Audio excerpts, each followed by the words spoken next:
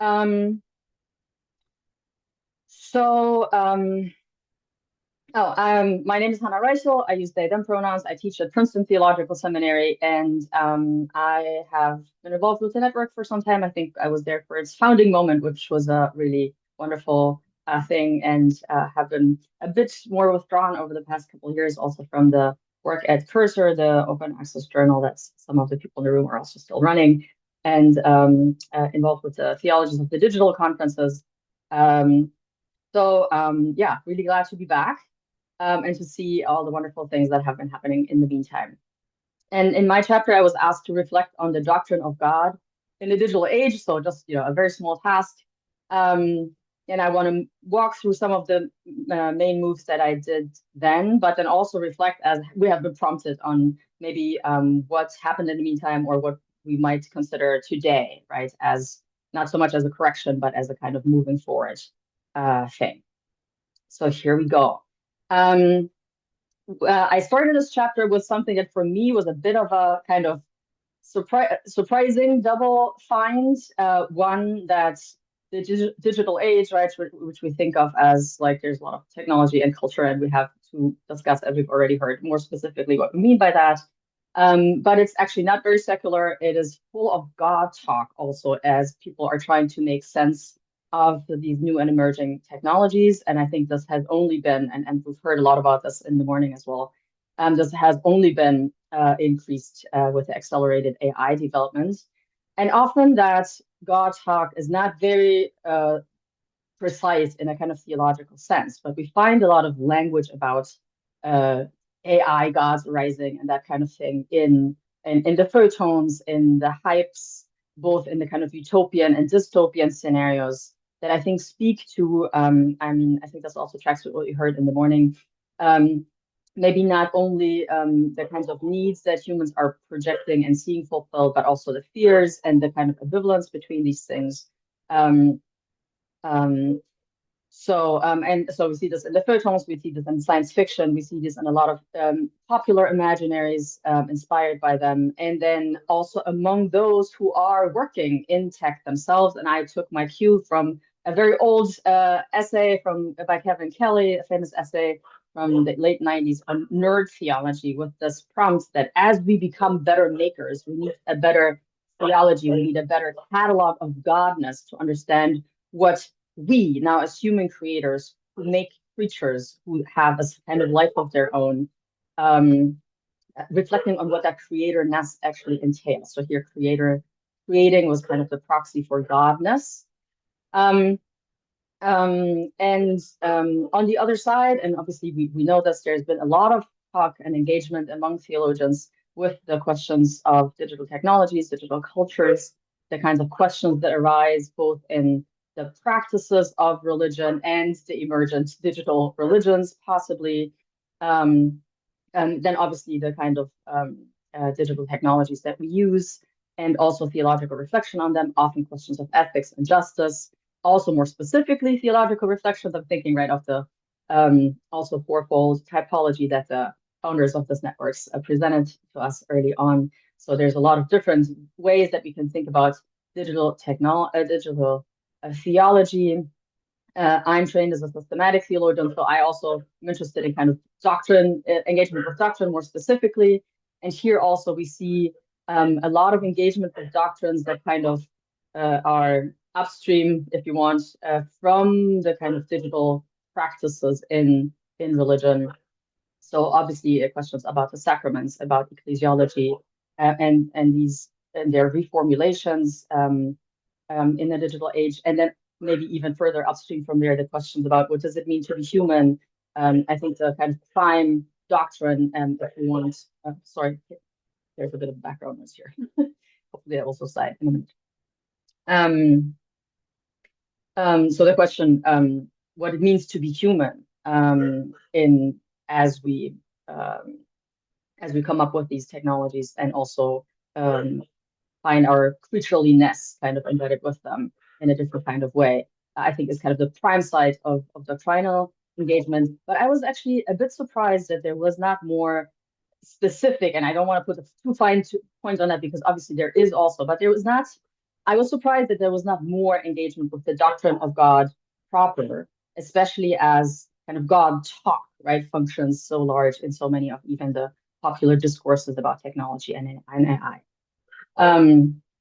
So, of course, there are notable exceptions like Dennis Ford's mediated God, like also, obviously, many of the people who reflect on theological anthropology say on the imago Dei, then kind of implicitly, right, engage with what is that image of God? What is the godness they envision? What is that about? So there are the doctrine of God types of questions, often implicit, um, but but the doctrine of God itself, yeah, again, mostly stays implicit. And I've been kind of wondering why that is. Maybe there is a kind of conviction among theologians and about among religious people that that God, right, who God is, stands above technological change. So obviously, as things kind of change on the ground, we don't have anything new or different to say about God proper. Maybe there is a deeply ingrained epistemic doubt that technology could be a site of genuine theological insight, or there might also be methodological uneases, which, listen, as a Bardian, I definitely don't want to read godness of a machine or a metaphysical conception of creatorship. But whatever the reason, right? I wanted to take kind of in this chapter, I instead of kind of dismissing public God talk as like that's not properly theological. Said what happens if we take that talk seriously as both articulating our conceptions of God and maybe transforming them as, in a certain kind of way, and also tech as a site of actual genuine insight into some of the dilemmas that people have been discussing in the doctrine of God proper for centuries, even as they've mostly been doing that in a kind of speculative way. But now we kind of have on the ground case studies in emerging technologies for things like superhuman power, superhuman knowledge. We've heard this this morning again, also in terms of um, omnipresence. So I'm less kind of interested in the question, should tech or AI be an object of devotion? But what happens when people reflect on it in a way that they have also reflected on it, on God? Um, so and the framework for understanding I'm using here is I pick up from Elizabeth Johnson, who famously says, and she who is the symbol God functions, right? The language we use for God expresses our beliefs and then also shapes our imagination in turn. So what kind of language we use about God matters.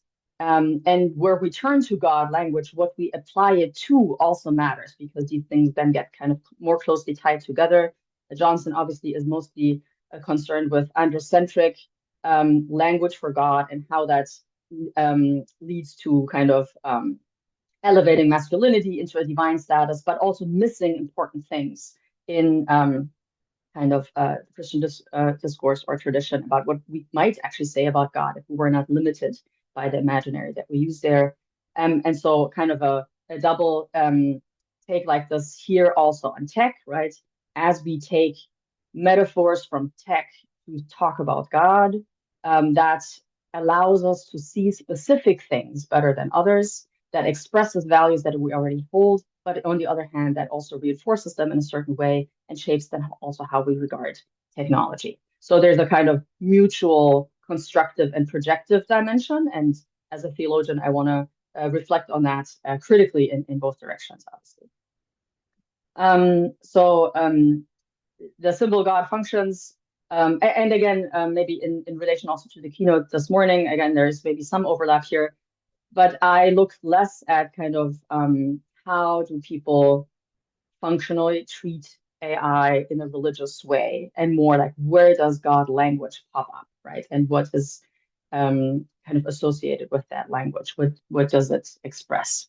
And I want to distinguish kind of a threefold function. So there's a cultural diagnostic function where God language is used all the time to conceptualize technology, right? To speak, for example, about how powerful AI is or how powerful we imagine it to be, right? That's obviously another question that already came up this morning. But what type of language and how we use that language, I think there's a kind of diagnostic, we can find diagnostically rich patterns there. So there's a kind of discourse analysis level here. Then second, I think there's a hermeneutic metaphorical function of the symbol of God, and maybe that can be the obverse, the converse move, right? So images borrowed from digital technology kind of re-articulate, like as they also inform sermons, theological treatises, our way of talking about God, say God as, we saw this more in already more pronounced in, say, the doctrine of the church, right? So thinking about the church as a network rather than the body of Christ and so forth. But we see similar things happening in terms of the God talk. So God as programmer, designer, architect, and so forth. So that partially maps onto existing theological traditions of how we think about God, but then also expands and transforms them in their own way or reinforces some over others. And then third, I'm also interested in what I call a kind of epistemological function. So beyond this question of rhetoric and metaphor and how they turn into kind of models of thinking both about God and tech. I think technology is an actual site where I briefly referenced this already. Claims about God are applied, hit the ground in a certain kind of way, at least structurally, analogically, and therefore can also be tested, contested, and revised in interesting ways. So I mean, my parallel for this is, I think, in the 20th century, right, when we had manifest claims to superhuman power, also partially in technology, but then especially also in the political regimes, right, totalitarian regimes, and the bureaucratic organization and the full-blown mass genocide and so forth. We had a lot of theologians who paused, right, as we kind of see something like superhuman power play out on the ground and say, is omnipotence actually, is the Almighty actually how we want to talk about God? Should we think again, what's more specifically we want to say about God's power in contradistinction and maybe also contestation of these kinds of manifestations of superhuman power? And my wager at the end of this will be that something similar is what's happening now. We kind of see, and we saw some of these other attributes of traditional godness come in already this morning under omnipresence. I want to look also at creatorship and omniscience in particular. As like here, we have different testing sites, both for how superhuman capacities play out in tech, and then maybe also how we want to talk differently about the God. I'm speaking from a Christian confessional perspective, just to clarify this specifically. Maybe other traditions want to do this as well. Okay, so I can just give a little bit of an overview here. In the cultural diagnostic function, again, I look more at God language than at religious kind of phenomena. But when science fiction, op-eds, and so forth reach for God language, I think that usually does very specific rhetorical work, right? It signals superhuman capacities or potentials. So whenever technology kind of transcends limits that were formerly seen as normal that we had gotten used to, then God language arises as this kind of signaling of a limit function, right? So this is maybe in the theological epistemology, this is the classic via eminentia. So God as kind of that which is that we know what power is. We don't know exactly what divine power is, but we know it's superhuman. It's beyond what we can say about the creaturely power. So whenever kind of the boundary of what we know as proper creaturely capacities seems to get breached, people reach for God language to kind of signal towards that limit, that superlative. So godness is kind of superhumanness in a more base conception. And this happens, I think, in two primary ways. One is in a kind of euphoric celebration, and then it can turn into a kind of enchantment function, right? So now quasi-soteriological hopes get invested into technological development and all the possible changes that it can bring to our civilization or to humanity or even the planet. And that ranges all the way from everyday applications to the famous Kurzweil hypothesis that we're moving towards a singularity, basically the technological evolution moving towards the God point. On the other hand, this language can function in the obverse, in the converse way, and I think this happens maybe even more often, at least in my context, as a kind of warning call, right? So see here, something's becoming superhuman. Effectively, therefore, this is either a kind of hubris, we should not arrogate that position to ourselves, this is dangerous, or as an idol, right? We have now made something that we're venerating, which is not the true God. So then there can be a kind of prophetic, right? I mean, this draws basically on the oldest prophetic traditions of idolatry critique, which says whenever God language gets applied to something that is actually creaturely made, then these things don't save us; they actually enslave us and make us less than human in a particular way. And then maybe on a meta level, right? As we see, also it's not just the signaling of a potential superhuman capacity and however realistic that is, but actually the God language is used to mediate different affective responses: wonder, promise, hope, devotion, enthusiasm on one hand, and horror, terror, fear on the other hand. And on a meta level, maybe this is for me the most interesting if we're talking about digital religion or kind of the emergence of a religion around tech.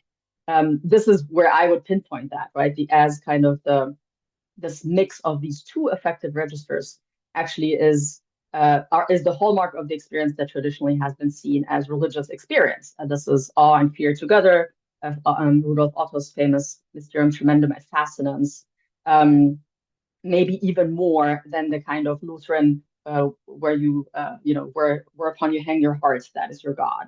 But so kind of this ambivalent experience of this experience of ambivalence, of awe and fear together as kind of a kind of functional or effective holiness. But for me as a theologian, I'm again less interested in the question is this a religion, and more like what kind of theology emerges here. And I think the two proxies that I see God language functioning most for is power and creatorship. Again, right, God language pops up when technology graduates from this is an instrument or this is a medium to something that either now we have so many more capacities because we control this, or now this is kind of spiraling beyond our control and might control us. Again, this is often in the affective register more than the, like, is this actually happening? We can talk about the differences between these as well. And again, right, the question, I think there's one very strong strand where this is still functioning, and I think can thus be also engaged in the tradition of political theology, where tech has always been seen as a kind of alter deus, and you can see this from the Prometheus myth through Goethe's Zauberlehrling and Mary Shelley's Frankenstein. So there's also a longer history of tech and how it gets seen as the potential another god, but then always with the question, do we control it or do we end up at its mercy? As one of the main things that people discuss here, and where kind of theological patterns enter the reflection. We'll come back to that.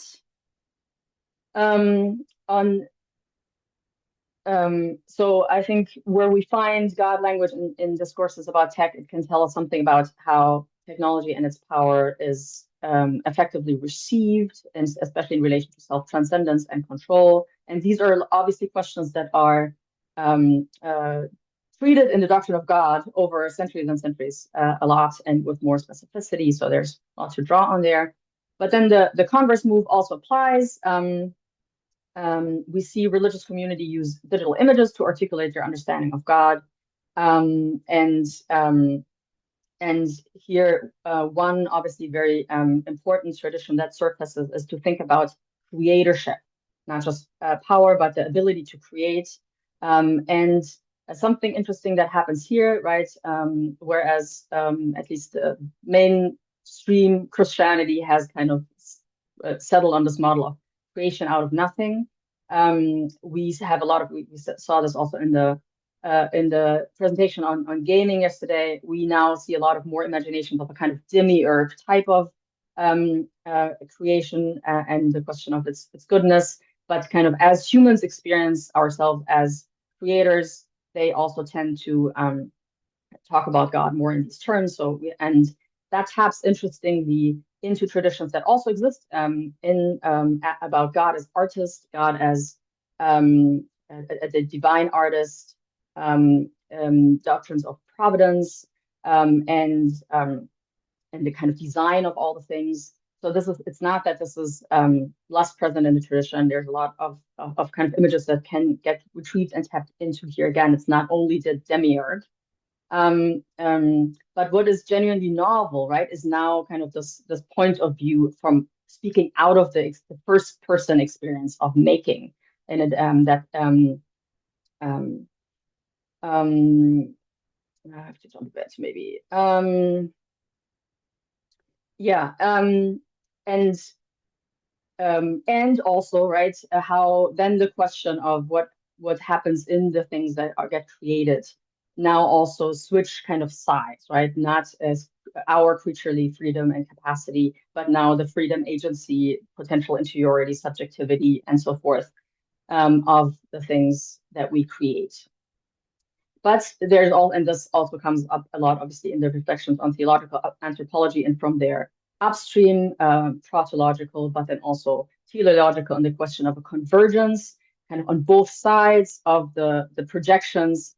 The boundary between creator and creature get blurred more, and this leads to more entangled, relational, and potentially hybridized accounts. Or I think, right, we see theology even beyond kind of digital theology, but I think there's a confluence in our time at large become more geared towards conceptions of God that are open, that are more processual, that are more collaborative, that are more in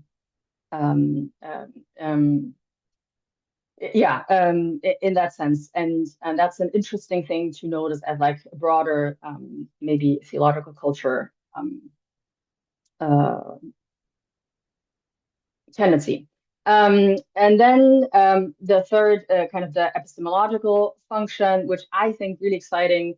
It's famously said of Russell and Whitehead's monumental Principia Mathematica that they discovered mathematics for which no areas of application yet existed. And I think this is what in digital technologies is happening, that theological questions that were hitherto mostly treated in a speculative way, right, have suddenly become material, and the doctrine of God becomes surprisingly relevant to understand the reality we live in, but also finds kind of new applications that may lead us to parse some of the questions that we've always asked in the doctrine of God in a different way. So here are a few quick examples.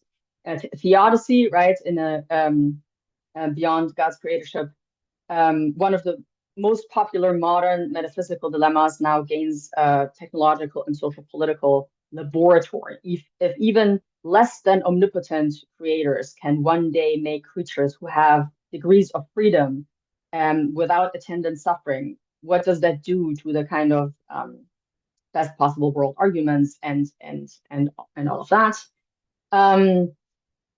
Then second, I think not just, again, omnipotence and creatorship, but omniscience and omnipresence also become much more deeply interwoven. And I want to push beyond the kind of, obviously, there's been a lot of reflection on surveillance, right? And we know, and we've had a presentation on that yesterday as well. And I think there's been excellent work here. And I think but one of the interesting aspects in the doctrine of God is how omniscience, omnipotence, divine being, power, knowledge have been seen as kind of co-constitutive of as identical, right, in the divine perfection and simplicity. So it's now not just the kind of disciplining, God knows what you did, therefore you better behave type of move that we see in many surveillance technologies that were optical, right? Now, so from actual watching to cameras through then the optical metaphors that we use even for data surveillance and so forth. Hanna, But I'm going now, to ask you to wrap up because otherwise we won't have any chance for any questions. sure. Um, so we have, yeah, new work there. A lot of more speculative philosophical questions about whether the universe is knowable and what that means about its ontology is a question that has been asked in the Doctrine of God, right? Is the universe exists because it exists in the mind of God? Um, are we just, and we have discussions like that in the simulation hypothesis. Um, and so at least there's lots of interesting things that, and AI could even be kind of a possibility to run some of the um, questions in the Doctrine of God at a technologically reinforced level. I mean, what has happened since, obviously, since I wrote this chapter, the AI evolution went kind of, uh, okay, from more liminal thought experience to like, this is just general practice. I think there's something very different happening that we have to think about differently in terms of how we are not just dealing with questions of representation of existing worlds, but the kind of generation that leads to a kind of world making function. I cannot talk about this more at length, but I think the other question that it entails is that we have a need for a digital doctrine of God to also become political as we kind of see the effects of the entanglement between power, knowledge, presence, and the kind of political economies that they run on and they facilitate at scale. Okay, thank you for your attention. Thank you, Hanna. Do read her chapter. It's very rich and very thought-provoking. I think we can take one or two quick questions.